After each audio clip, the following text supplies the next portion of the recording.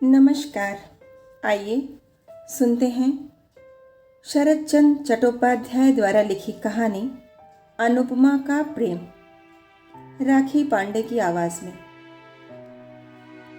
11 वर्ष की आयु से ही अनुपमा उपन्यास पढ़ पढ़कर मस्तिष्क को एकदम बिगाड़ बैठी थी। वह समझती थी मनुष्य के हृदय में जितना प्रेम, जितनी माधुरी, जितनी शोभा, जितना सौंदर्य, जितनी तृष्णा है, सब छानबीन कर साफ कर उसने अपने मस्तिष्क के भीतर जमा कर रखी है। मनुष्य स्वभाव, मनुष्य चरित्र उसका नख दर्पण हो गया है। संसार में उसके लिए सीखने योग्य वस्तु और कोई नहीं है। सब कुछ जान चुकी है, सब कुछ सीख चुकी है। सतीत्व की ज्योति को वह जिस प्रकार देख सकती है, प्रणय की महिमा को वह जिस प्रकार समझ सकती है, संसार में और भी कोई उस जैसा समझदार नहीं है। अनुपमा इस बात पर किसी तरह भी विश्वास नहीं कर पाती। अनु ने सोचा वह एक माधवी लता है जिसमें मंजरियां आ रही हैं। इस अवस्था में किसी शाखा की सहायता लिए बिना उसकी मंजरियां किसी भी तरह प्रफुल्लित होकर विकसित नहीं हो सकती। इसलिए ढूंढ खोजकर एक नवीन व्यक्ति को सहयोगी की तरह उसने मनोनीत कर लिया एवं 2-4 दिन में ही उसे मन, प्राण, जीवन, यौवन सब कुछ दे डाला। मन ही मन देने अथवा लेने का सबको समान अधिकार है, परंतु ग्रहण करने से पूर्व सहयोगी को भी आवश्यकता होती है। यहीं आकर माधवीलता कुछ विपत्ति में पड़ गई। नवीन निरोध कांत को वह किस तरह बचाए कि वह उसकी माधवीलता है, विकसित होने के लिए खड़ी हुई है। उसे आश्रय न देने पर इसी समय मंजरियों के पुष्पों के साथ वह पृथ्वी पर लोटती पोटती प्राण त्याग देगी। परंतु सहयोगी उसे न जान सका। न जानने पर भी अनुमान का प्रेम उत्तरोत्तर वृद्धि पाने लगा। अमृत में विष, सुख में दुख, प्रणय में विच्छेद चिर प्रसिद्ध है। 2-4 दिन में ही अनुपमा विरह व्यथा से जर्जर शरीर होकर मन ही मन बोली, स्वामी, तुम मुझे ग्रहण करो या न करो, बदले में प्यार दो या न दो, मैं तुम्हारी चिरदासी हूँ। प्राण चले जाएं यह स्वीकार है, परंतु तुम्हें किसी भी प्रकार नहीं छोड़ूंगी। इस जन्म में न पा सकूं तो अगले जन्म में अवश्य पाऊंगी। तब देखोगे सती साध्वी की शुद्ध भुजाओं में कितना बल है। अनुपमा बड़े आदमी की लड़की है। घर से संलग्न बगीचा भी है, मनोरम सरोवर भी है, वहाँ चांद भी उठता है, कमल भी खिलते हैं, कोयल भी गीत गाती है, भौरे भी गुंजराते हैं। यहाँ पर घूमती फिरती विरह व्यथा का अनुभव करने लगी।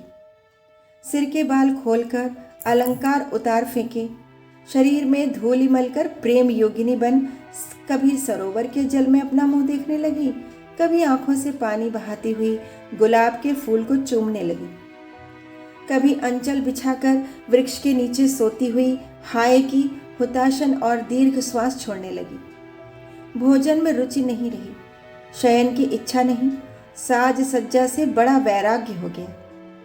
कहानी किस्सों की भांति विरक्ति हो आई। अनुपमा दिन प्रतिदिन सूखने लगी। देख सुनकर अनु की माता को मन ही मन चिंता होने लगी। एक ही तो लड़की है, उसे भी यह क्या हो गया। पूछने पर वह जो कहती उसे कोई भी समझ न पाता। होठों की बात होठों पे रह जाती।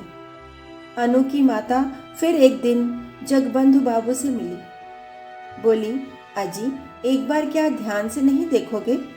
तुम्हारी एक ही लड़की है, यह जैसे बिना इलाज के मरी जा रही है। जगबंधु बाबू चकित होकर बोले, क्या हुआ उसे? सो कुछ नहीं जानती। डॉक्टर आया था, देख सुनकर बोला, बीमारी कुछ नहीं है, तब ऐसी क्यों हुई जा रही है? जगबंधु बाबू विरक्त होते हुए बोले, फिर हम किस तरह जाने? तो मेरी लड़की मर ही जाए? यह तो बड़ी कठिन बात है। ज्वर नहीं, खांसी नहीं, बिना बात के ही यदि मर जाए तो मैं किस तरह से बचाए रहूँगा। गृहिणी सूखे मुंह से बड़ी बहू के पास लौटकर बोली, बहू, मेरी अनु इस तरह से क्यों घूमती रहती है? किस तरह जानूं माँ? तुमसे क्या कुछ भी नहीं कहती? कुछ नहीं। गृहिणी प्रायः रो पड़ी। तब क्या होगा? बिना खाए बिना सोए इस तरह सारे दिन बगीचे में कितने दिन घूमती फिरती रहेगी और कितने दिन बचेगी? तुम लोग उसे किसी भी तरह समझाओ, नहीं तो मैं बगीचे के तालाब में किसी दिन डूब मरूंगी। बड़ी बहू कुछ देर सोचकर चिंतित होती हुई बोली, देख सुनकर कहीं विवाह कर दो। गृहस्थी का बोझ पड़ने पर अपने आप सब ठीक हो जाएगा। ठीक बात है, तो आज ही यह बात मैं पति को बताऊंगी। पति यह बात सुनकर थोड़ा हंसते हुए बोले, कलिकाल है, कर दो ब्याह, करके ही देखो, यदि ठीक हो जाए। दूसरे दिन घटक आया। अनुपमा बड़े आदमियों की लड़की है, उस पर सुंदर भी है। वर के लिए चिंता नहीं करनी पड़ी। एक सप्ताह के भीतर ही घटक महाराज ने वर निश्चित करके जगबंधु बाबू को समाचार दिए। पति ने यह बात पत्नी को बताई, पत्नी ने बड़ी बहू को बताई। क्रमशः अनुपमा ने भी सुनी। एक दिन बाद एक दिन सब दोपहर के समय सब मिलकर अनुपमा के विवाह की बातें कर रहे थे। इसी समय वह खुले बाल, अस्त व्यस्त वस्त्र किए, एक सूखे गुलाब के फूल को हाथ में लिए चित्र की भांति आ खड़ी हुई। अनु की माता कन्या को देखकर तनिक हंसती हुई बोली, ब्याह हो जाने पर सब यह सब कहीं अन्यत्र चला जाएगा। एक लड़का लड़की होने पर तो कोई बात ही नहीं। अनुपमा चित्रलिखित की भांति सब बातें सुनने लगी। बहू ने फिर कहा, माँ, नंद रानी के विवाह का दिन कब निश्चित हुआ है? दिन अभी कोई निश्चित नहीं हुआ। नंदोई जी क्या पढ़ रहे हैं? इस बार बीए की परीक्षा देंगे। तब तो बहुत अच्छा वर है। इसके बाद थोड़ा हंसकर मजाक करती हुई बोली, परंतु देखने में खूब अच्छा न हुआ तो हमारी ननद जी को पसंद नहीं आएगा। क्यों पसंद नहीं आएगा? मेरा जमाई तो देखने में खूब अच्छा है। इस बार अनुपमा ने कुछ गर्दन घुमाई, थोड़ा सा हिलकर पांव के नख से मिट्टी खोदने की भांति लंगड़ाती लंगड़ाती बोली, विवाह मैं नहीं करूंगी। माँ ने अच्छी तरह न सुन पाने के कारण पूछा, क्या है बेटी? बड़ी बहू ने अनुपमा की बात सुन ली थी। खूब जोर से हंसते हुए बोली, ननद जी कहती हैं वे कभी विवाह नहीं करेंगी। विवाह नहीं करेगी? नहीं, ना करे। अनु की माता मुंह बनाकर कुछ हंसती हुई चली गई। गृहिणी के चले जाने पर बड़ी बहू बोली, तुम विवाह नहीं करोगी? अनुपमा पूर्ववत गंभीर मुंह किए बोली, किसी प्रकार भी नहीं। क्यों? चाहे जिसे हाथ पकड़ा देने का नाम ही विवाह नहीं है। मन का मिलन न होने पर विवाह करना भूल है। बड़ी बहू चकित होकर अनुपमा के मुंह की ओर देखती हुई बोली, हाथ पकड़ा देना क्या बात होती है? पकड़ा नहीं देंगे तो क्या लड़कियां स्वयं ही देख सुनकर पसंद करने के बाद विवाह करेंगी? अवश्य। तब तो तुम्हारे मत के अनुसार मेरा विवाह भी एक तरह की भूल हो गया। विवाह के पहले तो तुम्हारे भाई का नाम तक मैंने नहीं सुना था। सभी क्या तुम्हारी ही भांति हैं? बहू एक बार फिर हंसकर बोली, तब क्या तुम्हारे मन का कोई आदमी मिल गया है? अनुपमा बड़ी बहू के हाथ से विद्रूप से चिढ़कर अपने मुंह को चौगुना गंभीर करती हुई बोली, भाभी, मजाक क्यों कर रही हो? यह क्या मजाक का समय है? क्यों, क्या हो गया? क्या हो गया? तो सुनो। अनुपमा को लगा उसके सामने ही उसके पति का वध किया जा रहा है। अचानक कतलू खां के किले में वध के मंच के सामने खड़े हुए विमला और वीरेंद्र सिंह का दृश्य उसके मन में जग उठा। अनुपमा ने सोचा, वे लोग जैसा कर सकते हैं वैसा क्या वह नहीं कर सकती? सती स्त्री संसार में किसका भय करती है? देखते देखते उसकी आंखें अनैसर्गिक प्रभा से धक धक करके जल उठी। देखते देखते उसने आंचल को कमर में लपेटकर कमर बंद बांध लिया। यह दृश्य देखकर बहू 3 हाथ पीछे हट गई। क्षण भर में अनुपमा बगल वाले पलंग को पाए को जकड़कर आंखें ऊपर उठाकर चीत्कार करती हुई कहने लगी, प्रभु, स्वामी, प्राणनाथ, संसार के सामने आज मैं मुक्त कंठ से चीत्कार करती हूँ, तुम ही मेरे प्राणनाथ हो। प्रभु, तुम मेरे हो, मैं तुम्हारी हूँ। यह खाट के पाए नहीं, ये तुम्हारे दोनों चरण हैं। मैंने धर्म को साक्षी करके तुम्हें पति रूप में वरण किया है। इस समय भी तुम्हारे चरणों को स्पर्श करती हुई कह रही हूँ, इस संसार में तुम्हें छोड़कर अन्य कोई भी पुरुष मुझे स्पर्श नहीं कर सकता। किसमें शक्ति है कि प्राण रहते हमें अलग कर सके? अरे माँ जगत जननी, बड़ी बहू चित्कार करती हुई दौड़ती बाहर आ पड़ी। अरे देखते हो ननद रानी कैसा ढंग अपना रही हैं। देखते देखते गृहिणी भी दौड़ी आई। बहू रानी का चित्कार बाहर तक जा पहुंचा था। क्या हुआ, क्या हुआ, क्या हो गया? कहते गृहस्वामी और उनके पुत्र चंद्रबाबू भी दौड़े आए। कर्ता, गृहिणी, पुत्र, पुत्रवधू और दास दासियों में क्षण भर में घर में भीड़ हो गई। अनुपमा मूर्छित होकर खाट के समीप पड़ी हुई थी। गृहिणी रो उठी, मेरी अनु को क्या हो गया? डॉक्टर को बुलाओ, पानी लाओ, हवा करो इत्यादि। इस चित्कार से आधे पड़ोसी घर में जमा हो गए।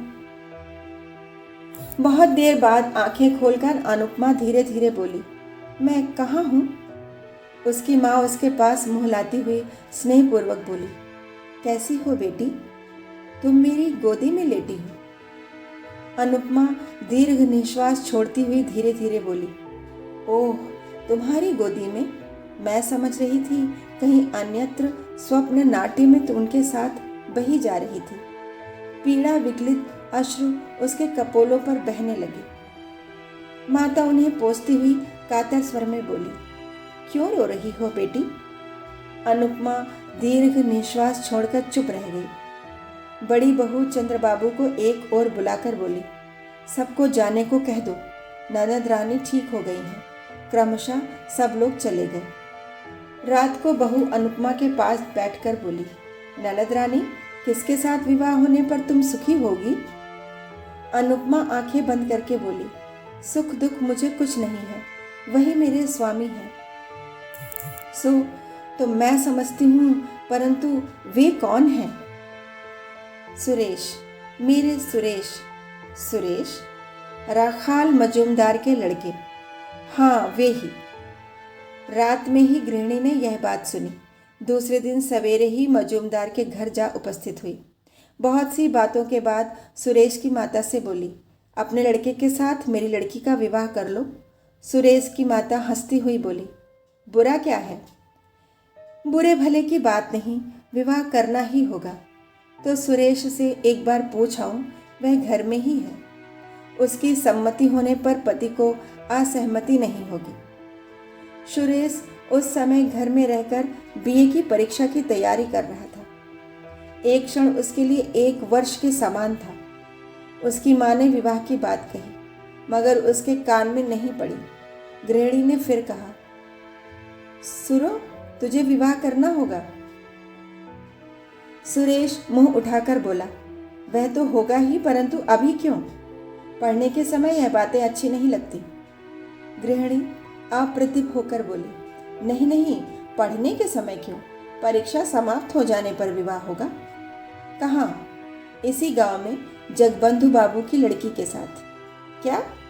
चंद्र की बहन के साथ, जिसे मैं बच्ची कहकर पुकारता हूँ। बच्ची कहकर क्यों पुकारेगा? उसका नाम अनुपमा है। सुरेश थोड़ा हंसकर बोला, हाँ, अनुपमा। दूर, वाह, दूर, वह तो बड़ी कुत्सित है। कुत्सित कैसे हो जाएगी? वह तो देखने में अच्छी है। भले ही देखने में अच्छी, एक ही जगह ससुराल और पिता का घर होना मुझे अच्छा नहीं लगता। क्यों? उसमें और क्या दोष है? दोष की बात का कोई मतलब नहीं। तुम इस समय जाओ माँ, मैं थोड़ा पढ़ लूँ। इस समय कुछ भी नहीं होगा। सुरेश की माता लौटकर आकर बोली, सूरो तो एक ही गांव में किसी भी प्रकार से विवाह नहीं करना चाहता। क्यों? सो तो नहीं जानती। अनु की माता मजूमदार की गृहिणी का हाथ पकड़कर कातर भाव से बोली, यह नहीं होगा बहन, यह विवाह तुम्हें करना ही पड़ेगा। लड़का तैयार नहीं है, मैं क्या करूं बताओ?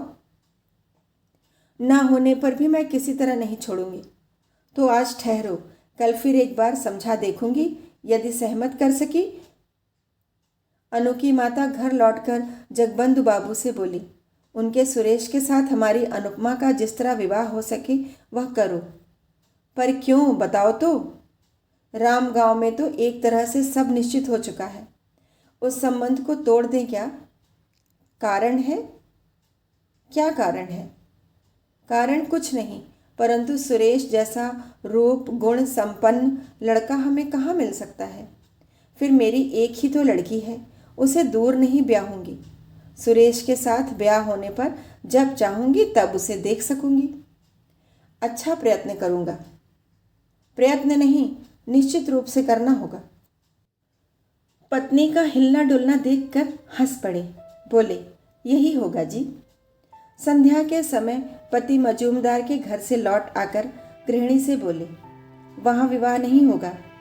मैं क्या करूं, बताओ। उनके तैयार न होने पर मैं जबरदस्ती तो उन लोगों के घर में लड़की को नहीं फेंकाऊंगा। करेंगे क्यों नहीं, एक ही गांव में विवाह करने का उनका विचार नहीं है। गृहिणी अपने मस्तिष्क पर हाथ मारती हुई बोली, मेरे ही भाग्य का दोष है।